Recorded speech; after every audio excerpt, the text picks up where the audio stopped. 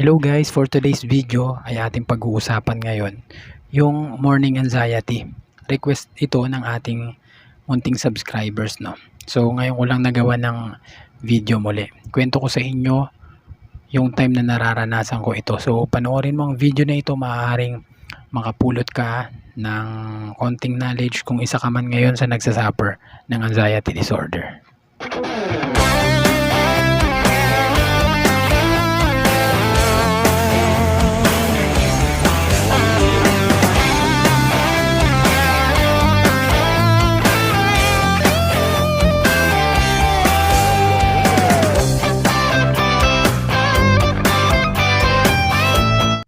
So bago ang lahat, humihiling lamang po ako ng kaunting pabor.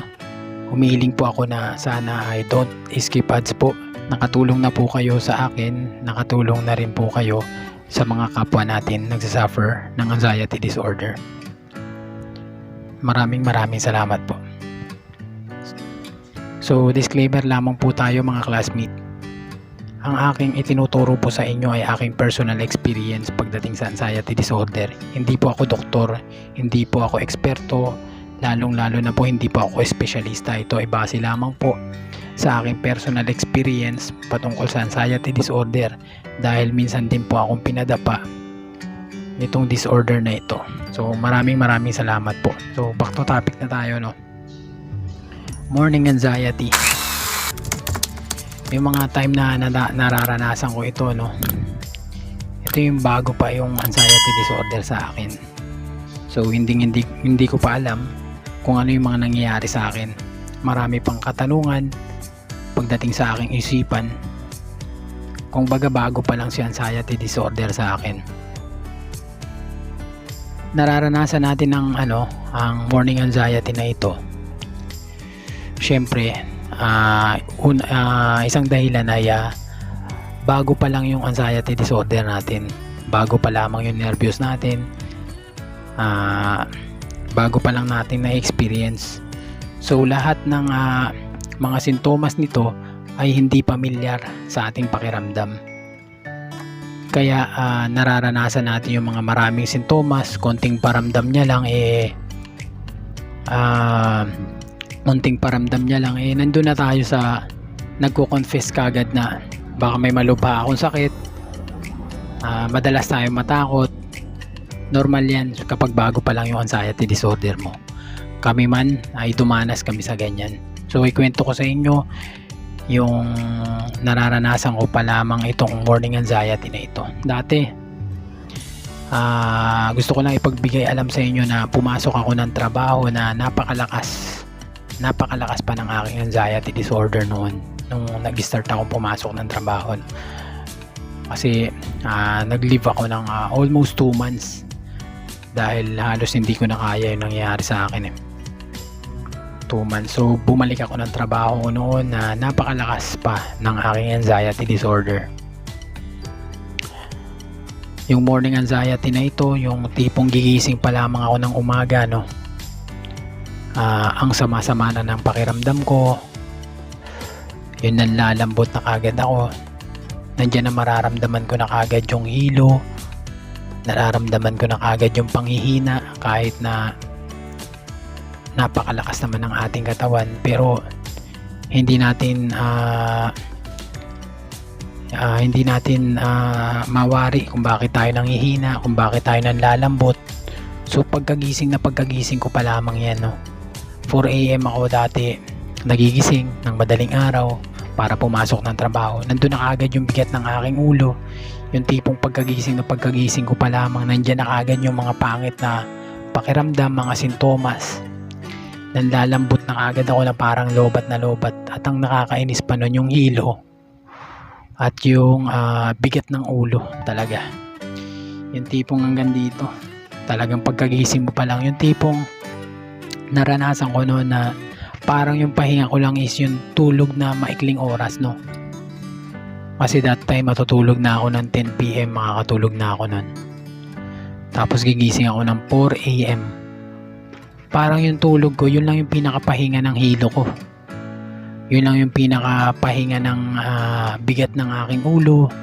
Yan, yung morning anxiety. Common yan na nararanasan natin lalo na kapag bago pa lang yung anxiety disorder natin, yung tipong pagkagising pa lamang natin naroon na yung mga pangit na pakiramdam, no?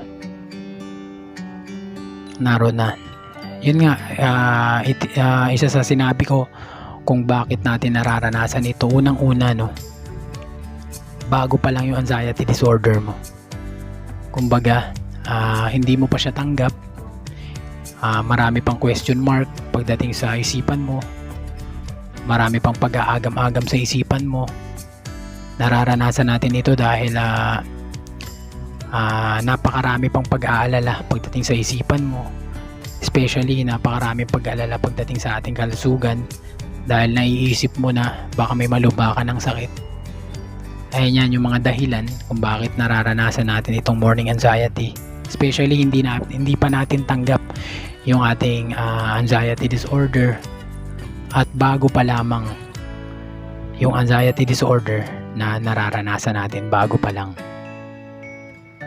So, ikwento ko naman sa inyo kung paano ko nalampasan ito, yung ano yung mga dapat nyong gawin kung nakakaranas kayo ng morning anxiety, no?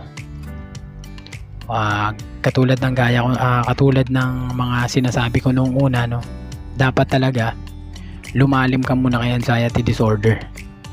Magkaroon ka ng mga tamang kaalaman. Dapat alamin mo kung ano yung nangyayari sa iyo.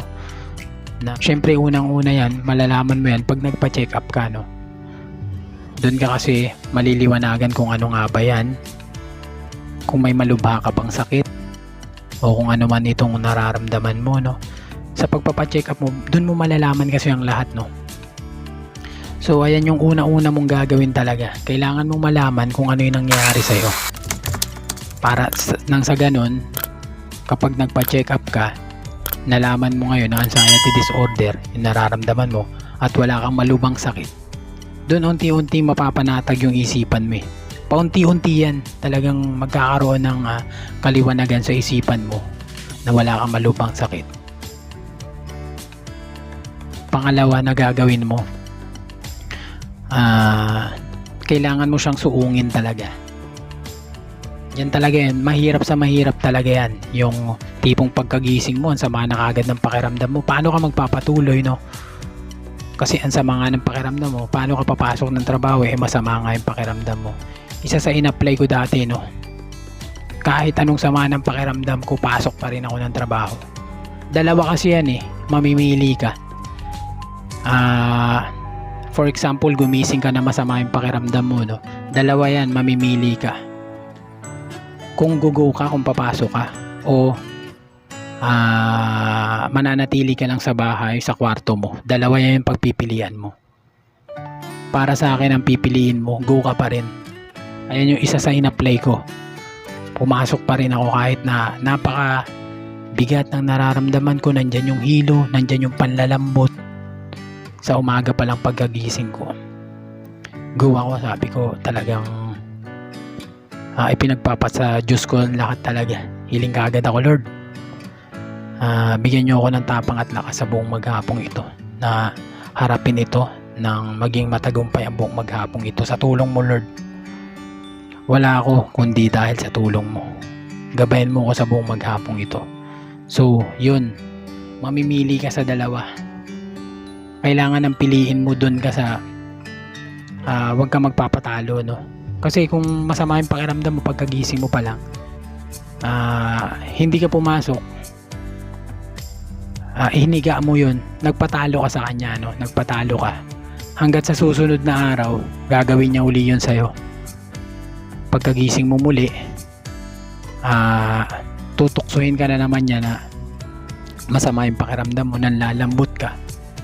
Ganun na uli yung gagawin mo, no? Ganun uli, ihiga mo uli.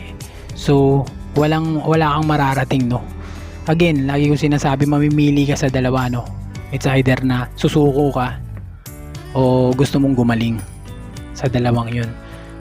Syempre kung gusto mong gumaling, go ka, no. Hanggat sa kakasanayan na yan ng ano mo, ng katawan mo. Hanggat sa magkakaroon ng knowledge yung isipan mo na kahapon, kahit masama yung pakiramdam ko, kinaya ko, nag-go ako. Kumbaga nagkakaroon ng muscle yung isipan mo, nagkakaroon ng lakas ng loob muli na harapin yun. Wala naman nangyari sa akin masama kahapon eh, go pa rin ako. Unlike kapag hiniga mo yun sa buong maghapon, no, nandun na binaby mo yung sarili mo, nandun ka sa sumuko ka, nagpadaig ka doon, kaya tumatagal yung recovery mo dahil madalas kang panghinaan ng loob, hindi mo hinaharap yung mga takot mo. Ayan, pinaka number 1 talaga yan. Kahit ano, mahirap sa mahirap, nandyan na yan. Ako noon, yun nga, sinabi ko sa inyo, no, gigising ako ng lalambot, nahihilo, go pa rin ako. Magbibisikleta pa ako niyan papasok ng aking trabaho, no? Magbibisikleta pa ako. Talagang panalangin lang, kapit lang sa taas talaga, araw-araw. Tapos wala naman nangyaring masama, no? Hanggat sa ngayon, okay nang lahat-lahat. Kasi sinuong ko yun, sinalubong ko yung mga takot na yun. Lahat ng panunukso, lying ng anxiety disorder na yun, sinalubong ko. So yun, pinaka number 1. Talagang kahit anong bigat ng pakiramdam mo, mahirap sa mahirap, pero kailangan mo salubungin. Huwag kang magpapadaig, no? Pangatlo,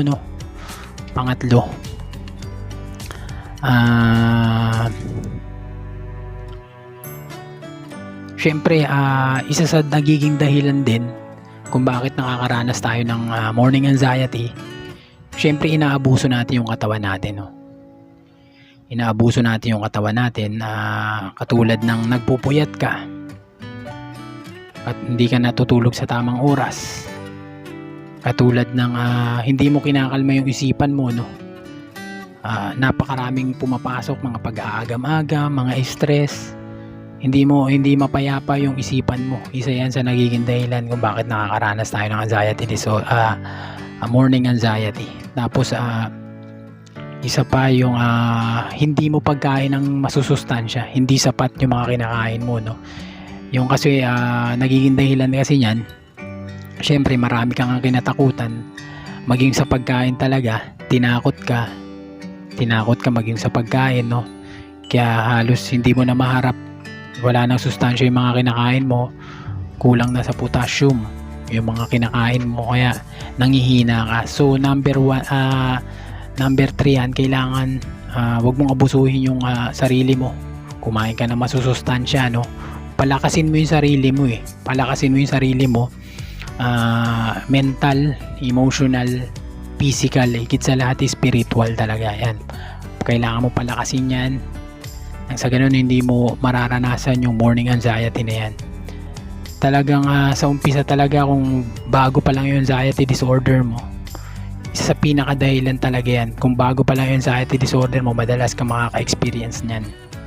Pero pagka tumagal ka na kay anxiety, baliwala na sa'yo yan. Yung mga morning anxiety na yan, hindi mo na mararanasan. Babalik ka sa normal, sa dati, no? Base sa aking experience, bumalik tayo sa normal, no? Na baon ko yung mga knowledge na yan, na kung saan ito yung sinishare ko sa inyo, na sa ganun may apply nyo rin, no? Para sa tuluyang pag-recover nyo sa inyong anxiety disorder. So yun lang, sana nagkaroon kayo ng kaunting knowledge, no?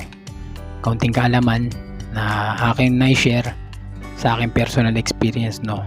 Isa pa sa pinakamahalaga pala, no? Baliwala yung pananalangin mo araw-araw, no? Hindi sapat, lagi kong sinasabi to, hindi sapat yung pananalangin mo araw-araw kung nagpapakita ka ba rin ng takot sa iyong puso't isipan, no?